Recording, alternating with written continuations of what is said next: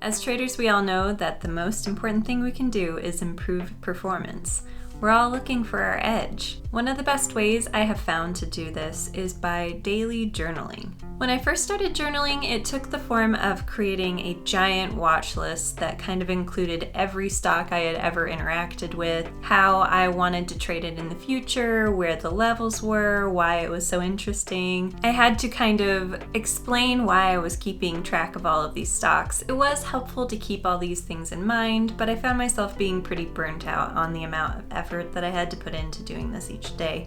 And being a mom and someone who was doing a lot of other things in addition to trading, I was doing my data entry into my Excel sheet, and it just took a lot of time. It did keep me watching the technicals, and that was really important, especially as I was learning. I was able to streamline the whole thing by doing it the hard way first and eventually reducing it down to what was necessary. It also didn't really have me very introspective about how I was feeling and the emotional side of trading.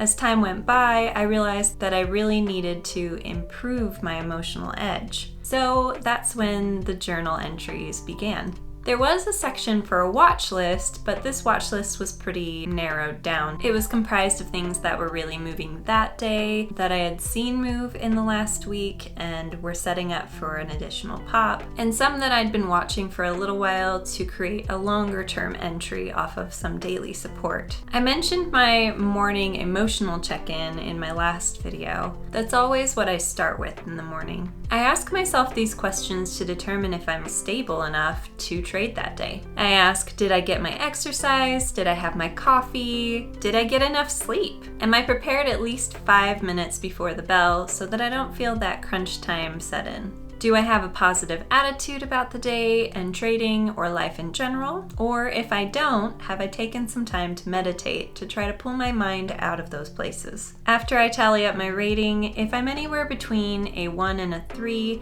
I consider not trading on that day. If I'm anywhere over a 3, I'm usually pretty set to be able to sit and trade. I then go a little further and I ask myself what my emotional state is. This section, I kind of go into a little bit more detail about why I'm feeling a particular way, if there's any sort of offness in my brain, and where that's coming from so that I can be aware of what my mind is focused on and if those things could potentially throw my trading game off. All of that has to happen before I even look at a chart. And the reason for this is that if I were to get up and look at the charts first, I'm often drawn into that momentum. And I start to ignore things that are more internal that could potentially derail the whole process in the end. The second part of this that is super important for me is that I write out my trading rules. These are established rules by me, for me,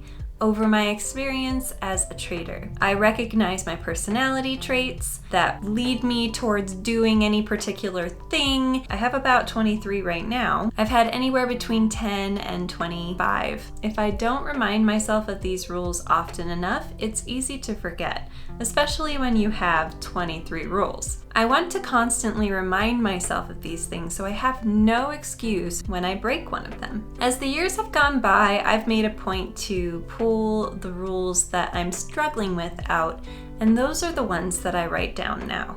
If you have no way to gauge what you need to work on, then you could spend a lot of time going in circles and being confused at the why. At this point in the day, I write a goal for myself. I do this because I've been paying attention to the way I've been trading, and I notice things that need shifting. And at this point, I want to give myself that reminder that that is what I'm working on. An example from this week, I want to be more patient with my entries. I'll usually reflect on this at the end of the day, see how I did, and I usually write a note in my notebook for that day. At this point, I take the time to assess the market. I do this by looking at my morning scanner and by paying attention to the chat room that I am in. It originally was Timothy Sykes, then Ross Cameron, and now I'm at Day Trade the World. I appreciate all of these places for information because it gives a broader sense of the market when you can't really be everywhere at once.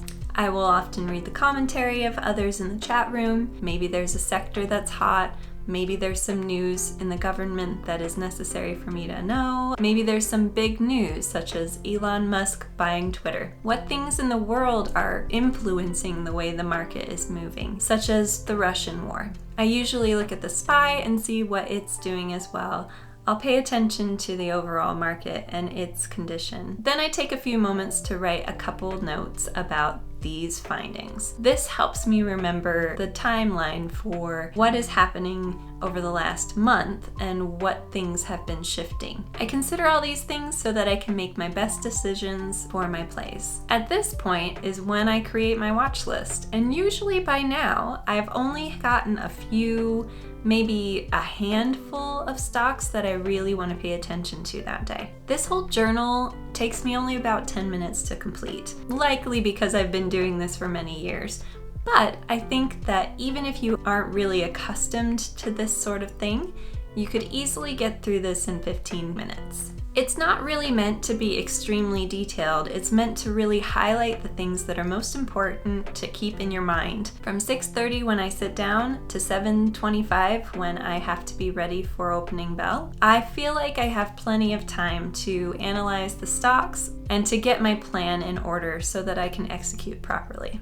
I actually believe that my journal is the catalyst for my improvement as a trader. I include all kinds of information on there. I'll put new rules that I want to start implementing for myself, and I effectively stop losses because I ask myself if I'm really ready to trade that day. I've been able to hone in on the momentum and exactly where I should be looking in the market. All of this helps me trade more precisely and more accurately. Knowing these things about yourself will encourage you to grow in ways that you didn't realize were possible. I hope that you'll consider journaling each morning as a way to coax that edge out of your trading ability.